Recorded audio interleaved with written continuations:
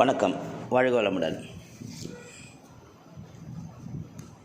நம்ம நட்பு வட்டத்திலையும் உறவினர் வட்டத்திலையும் சில நேரங்களில் பொது வெளியிலும் நமக்கு ஒரு வாய்ப்பு கையில் மைக்கை கொடுத்து ஒரு 4 வார்த்தை பேசுங்கன்னு சொல்லும்போது பலர் படும் கஷ்டத்தை நம்ம பார்த்தோம்னா ஆச்சரியமாக இருக்கும். என்னடா இது மைக்கு சாதாரணமாக பேசுகிறவங்க மைக்கை பிடிச்சோன்னே ஆஃப் ஆகிடுறாங்கன்ட்டு. அந்த மேடை பேச்சு இல்லை பப்ளிக் ஸ்பீக்கிங்கிறது ஒரு கலை. அது வாழ்வியல் சம்மந்தப்பட்ட ஒரு கலை. அந்த வாழ்க்கையை சிறப்பாக்கக்கூடிய ஒரு கலைங்கிறத நம்ம உணரணும். அதனால் பப்ளிக் ஸ்பீக்கிங்கிற தலைப்பில் பொது வெளியில் நம்ம கருத்தை ஆணித்தரமாக எடுத்து வைப்பதற்கு கொஞ்சம் பழகிக்கொள்ள வேண்டும். சரி, அந்த பேச்சை பற்றி ஒரு சின்ன பதிவு உங்களுக்கு. மிக சுருக்கமான 5 வார்த்தையில் சொல்லப்பட்ட ஒரு பேச்சு பெரிய புரட்சியை ஏற்படுத்துச்சுங்கிறதுக்கு ஒரு உதாரணம் சொல்லலான்னா never never never give up. அந்த நெவரே 3 தடவை சொல்லிவிட்டு never never never give up ஒரு முக்கிய நிகழ்ச்சியில் சர்ச்சிலின் பேச்சு ரேடியோவில் கேட்க உலகமே காத்திருந்த நேரத்தில் அவர் பேசியது இந்த 5 வார்த்தைகள் தான். மணிக்கணக்கில் பேசினால் கூட இப்படி ஒரு அழுத்தமான தாக்கத்தை எவராலும் ஏற்படுத்த முடியாது. அதனால் சுருக்கமாக சுருக்கென்று பேசுங்கள். அதாவது சர்ச்சிலோட பேச்சை கேட்குறதுக்கு லட்சக்கணக்கான மக்கள் ரேடியோ பக்கத்தில் உட்காந்துருக்குறாங்க.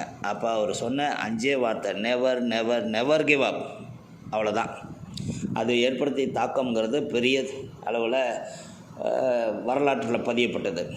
விவேகானந்தரின் சொற்பொழிவுகளை காலம் கடந்து நாம் போற்றுவதற்கு பேசப்படுவதற்கு காரணமாக அவர் பேச்சில் உள்ள வாக்கியத்தை கூட தேவையற்ற விஷயங்களில் பேசினது கிடையாது. எல்லாமே தேவையானதை பேசுவார். அதனால தான் ஒன்றை விளக்குவதாக இருந்தால் கூட விரிவாக பேசாமல் தெளிவாக பேச வேண்டும். ஒரு எக்ஸாம்பிள் சொல்லலான்னா government for the people, by the people, of the people என்று கூட ஒரு கூட்டத்தின் பேசிய லிங்கன் ஜனநாயகத்துக்கு மிக சாதாரணமான விளக்கம் கொடுத்தார். அதாவது government for the people, by the people, of the people.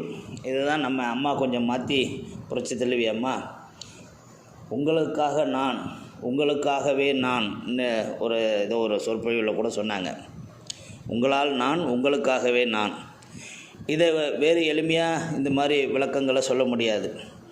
சொல்லை தேடு, சொல்லை அறி, சொல்லால் பின்பற்று என்கிறார் கபீர்தாசர். இது வளரும் பேச்சாளர்கள் மறக்கக்கூடாத சூத்திரம். சொல்லை தேடு, நல்ல சொற்களை, அந்த சொல்லை பற்றி நல்லா முழுசாக தெரிஞ்சுக்கோ. சொல்லால் பின்பற்று.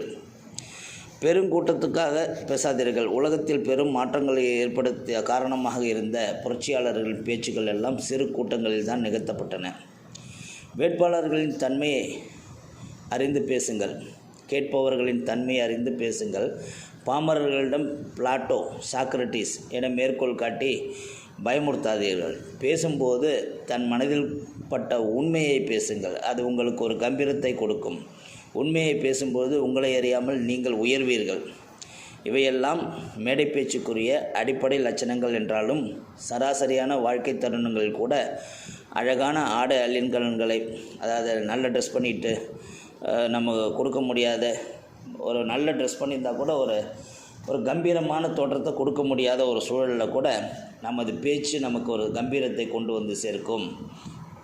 அந்த எளிமையான தோற்றம், ஆடை ஆபரணங்கள் இல்லாத ஒரு சூழ்நிலையாக இருந்தால் கூட நம்மளோட கருத்தாழமுக்கும் பேச்சுகள், நாம் பேசும் பேச்சு அதோட வீச்சு நம்மளை ஒரு கம்பீரமான ஆளாக மற்றவர்கள் நினைக்க தூண்டும்.